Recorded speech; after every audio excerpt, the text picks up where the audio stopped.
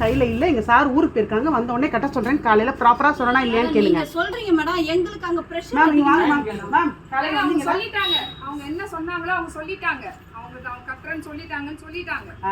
இதுக்கு முன்னாடி அவங்க வந்து கேட்டப்ப ப்ராப்பரா கையில இருந்தது கொடுத்து விட்டனா இல்லையா? மேம் கட்ட மாட்டேன்னு சொல்றேன். பெனால்டி வரக்கூடாதுன்னு இவங்களுக்கும் அக்கறை இருக்கு. எங்க அமௌண்ட் வந்து இருங்க மேம், நாங்க எங்களோட தாட்ட கேளுங்க. பெனால்டி போட்டு கட்டணும் எங்களுக்கு என்ன தலையிலுத்தா?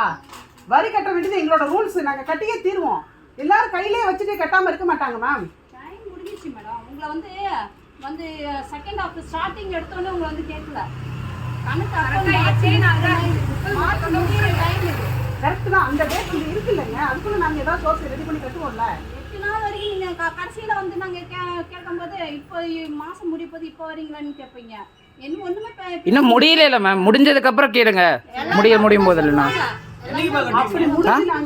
இன்னும் 1 வீக்குள்ள முடிஞ்சிடும். 1 வீக்குள்ள முடியும்.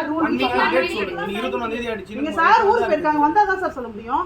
நீங்க எப்படி வருவீங்கன்னு எனக்கு தெரியாது. 1 வீக் டைம் இருக்குன்னு எங்களுக்கு தெரியும். அவங்க வந்து காலையில சொன்னாங்க, எங்க சார் ஊர்ல இருந்து வந்த உடனே கட்ட சொல்றேன்னு சொல்லிட்டேன். அவங்ககிட்ட அது தெளிவா சொல்லுங்க. கொடுத்துருக்காங்க. எனக்கு இங்க ஆக்சிடென்ட் ஆச்சு, எங்க சார் வெளியில வேலையை அலைஞ்சிட்டு இருக்காங்க மேம். மேடம் அதெல்லாம் ஓகே மேடம். டிமாண்ட் நோட்டீஸ் கொடுத்து உங்க டேட் மார்ச் 30 31 கட்டலைன்னா 1ஆம் தேதி வந்து வீட்டை இடிச்சா கூட பரவாயில்லை. இல்ல மேடம்.